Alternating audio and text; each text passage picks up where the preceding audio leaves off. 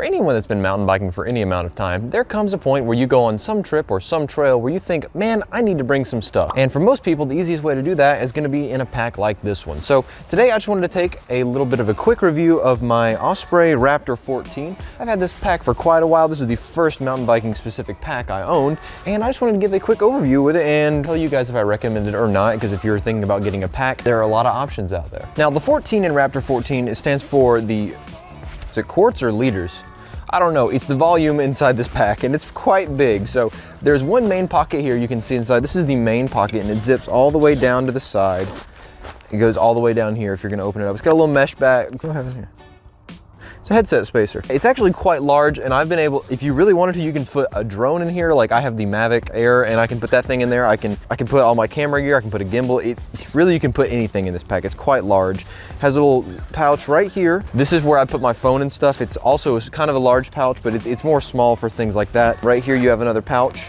There's a little clip here that you can put your keys on. I've never found that to be all that helpful. And this is where I apparently put Lara bars and snacks and stuff. Right now we'll go ahead and talk about the bladder, because a hydration bladder is really important for a bag like this. Now, I should say this one didn't come with the bag. This right here is a little bit different. This allows the hose to come off. The reason I have a different one is, well, I left water in mine for like 5 months once on accident, and it molded, and it was kind of a lost cause, so I threw it away. But this is 3 liters. This is quite a lot of water. Have I drunk all of it on one ride? Yes, but it was really hot and a long ride. So it's hard to really find a need for more water than this, unless of course you're riding on like a backcountry excursion for an entire day. And what I really like about these packs for the Osprey is they have this right here. Now what this is it almost acts as a frame, like a soft frame for the inside. And if anybody has done any backpacking or anything, you know the frame in a pack really helps with the support of it. And not only that, but it also provides some back protection in the event of a crash. So it's a really sturdy pack with this in here. Another thing I love about this hydration bladder is it has the fully open at the top, where it just opens, and then you put this little slide on here right here.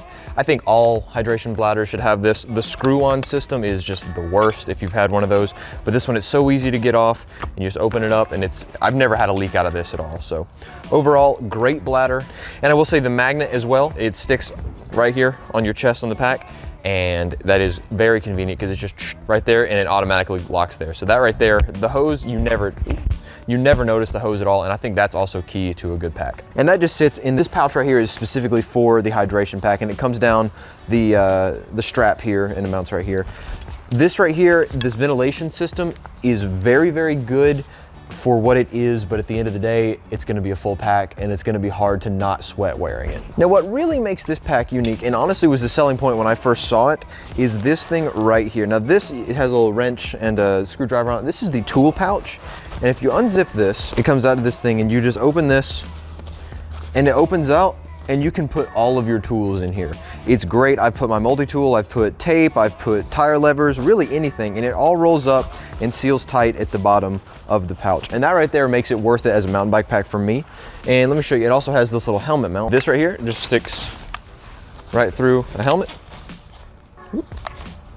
And it clamps on just like that and holds your helmet. So it's great. You can just sling your helmet on and everything, and you're good to go there. So cons with this pack, again, it makes your back sweat even though it is well ventilated.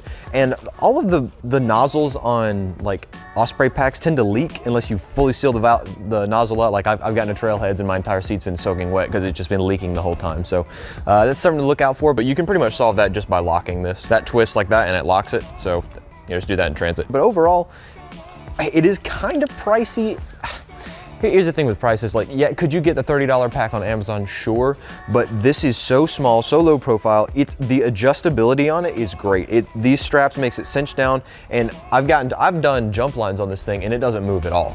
So honestly, I think it's worth it. I think I got this on sale for like $100, so I think it's very well worth it for what it is. I mean, you have even water bottle pouches and everything on there. So would I give this a 10 out of 10?